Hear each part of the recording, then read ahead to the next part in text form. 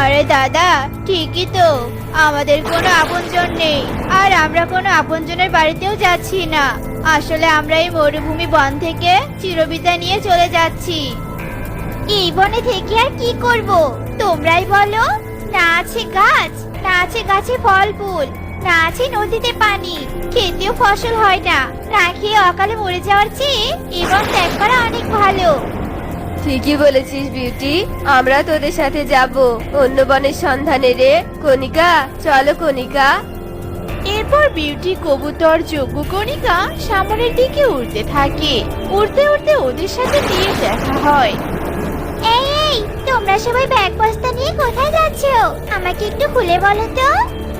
আমরা এই মরুভূমির বন থেকে অন্য বনে যাচ্ছি, তুমি কি যাবে আমাদের সাথে?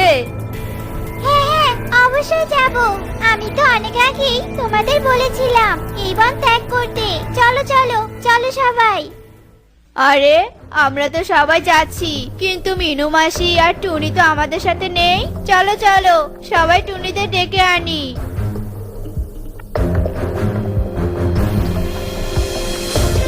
মিনু মাসি, ও মিনু মাসি, এদিকে এসো, তোমাদের অনেক জরুরি কথা বলতে এসেছি। মিনু মাসি।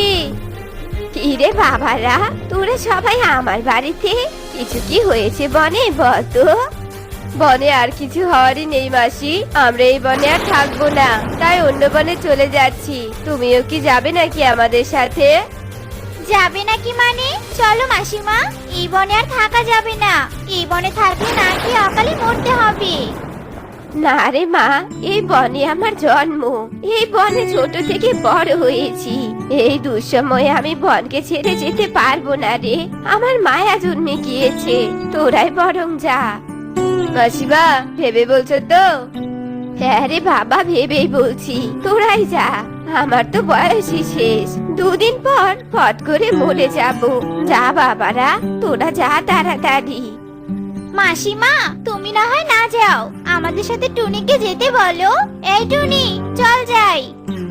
না না দিদি, মাকে একা ফেলে আমি কোথাও যাব না, তোমরাই যাও, আমি মায়ের সাথে বনেই থাকবো। এই চলো, এরা যাবে না, আমাদের যে দেরি হচ্ছে।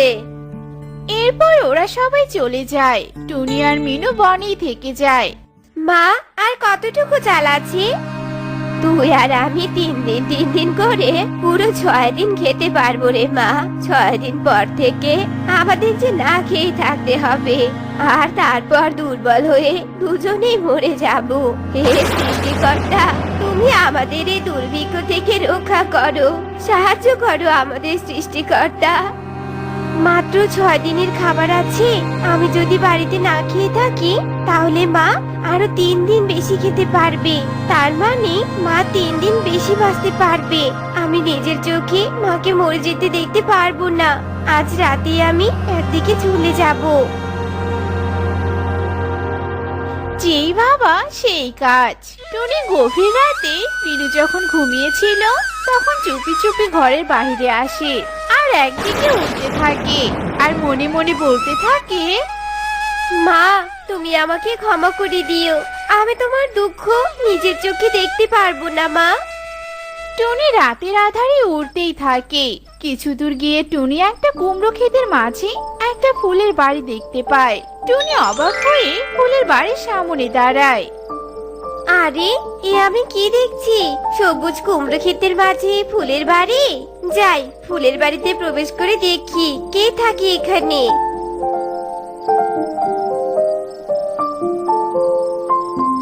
আরে আরে, এখানে তো কাউকেই দেখতে পাচ্ছি না।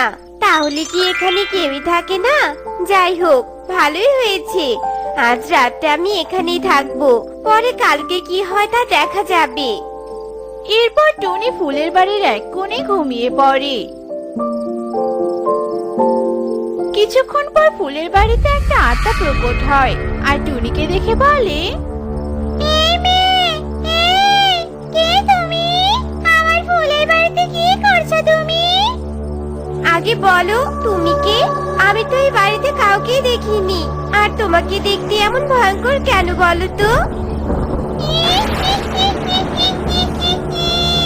আমি হলাম আত্মা, এই ফুলের বাড়িটা আমার।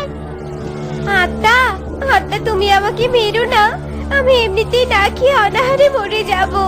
দয়া করে মারবে না আমাকে আত্মা। না খেয়ে অনাহারে মরে যাবে মানে? তুমি কোথা থেকে এসেছো বলো আমাকে। এরপর টুনি কাঁদতে কাঁদতে বনের খরার কথা খুলে বলে। সব শুনে আত্মা বলে, কেঁদো না মেয়ে, শান্ত হও, আমি তোমাকে সাহায্য করব। খরার কারণে আমার আত্মীয় স্বজন এমনকি আমিও মরে গিয়েছি। সবাই আমাকে ছেড়ে স্বর্গে গিয়েছে, কিন্তু আমি এই বনের মায়া ত্যাগ করতে পারিনি, তাই এই বনের বাড়িতেই পড়ে আছি। আমি চাই না আমাদের মতো আর কেউ মারা যাক। তুমি তো আত্মা, তুমি কি করে সাহায্য করবে বলো? টুনির কথা শুনে আত্মা জাদু করে একটা পুতুল প্রকট করে আর বলতে থাকে, এই পুতুলটা জাদুই। এই পুতুলের কাছে তুমি যা চাইবে তাই দিবে। এই পুতুল দিয়ে তুমি নিজে উপকৃত হবে, আবার বনের সবাইকে সাহায্য করতে পারবে। আরেকটা কথা, মোটেও লোভ করবে না, বুঝেছো? যাও এবার নিজের বনে ফিরে যাও। এরপর টুনি খুশি মনে পুতুলটা নিয়ে বাড়িতে ফিরে আসে আর মিনুকে সব ঘটনা খুলে বলে। ওই আত্মাকে অনেক ধন্যবাদ আমাদের সাহায্য করার জন্য। টুনিমা, এই বনটা সবুজ শ্যামলে ভরপুর যেন হয়, এই কথাটা বল তাড়াতাড়ি পুতুলকে। না না মা, আজকে না, কালকে বনের সব পাখিকে এই বনে ডেকে আনবো, আর তারপর সবার সামনে যাইবো পুতুলের কাছে, বুঝেছো? চলো মা, এখন নিশ্চিন্তে ঘুমিয়ে পড়ি। সকাল তো হয়েছে মা, আমি বনের সবাইকে ডাকতে যাচ্ছি, তুমি বাড়িতে সাবধানে থেকো কেমন?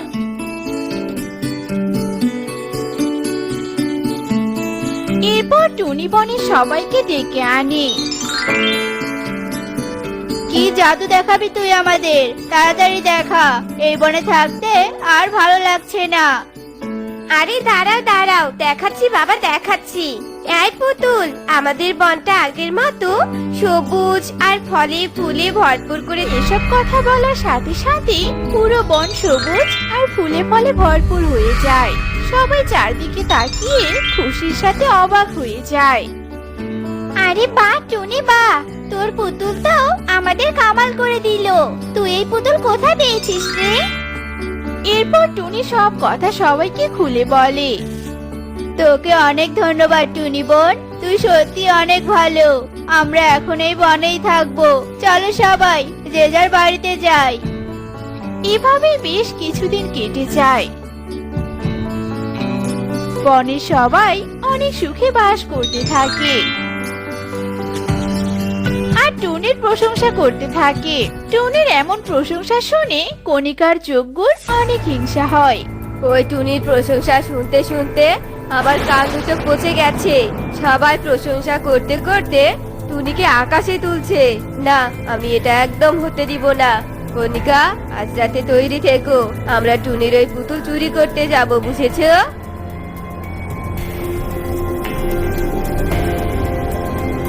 যজ্ঞ আর কণিকা রাতের আধারে চুপি চুপি টুনির ঘরে প্রবেশ করে আর পুতুল নিয়ে তার বাড়িতে ফিরে আসে।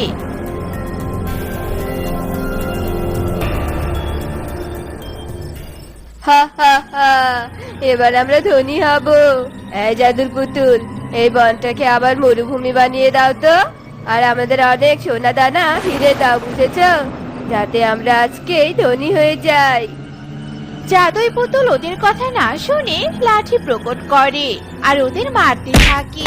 আর একটা আওয়াজ আসে, এই পুতুল আমি লোভের জন্য নয়, অন্যের উপকারের জন্য দিয়েছি। তোরা লোভ করেছিস, তাই শাস্তি পাবি। লাঠির মার খেতে খেতে কণিকা যজ্ঞ পালিয়ে যায় আর পুতুল আবারও টুনির কাছে ফিরে আসে আর টুনি বনের সকলের সাহায্য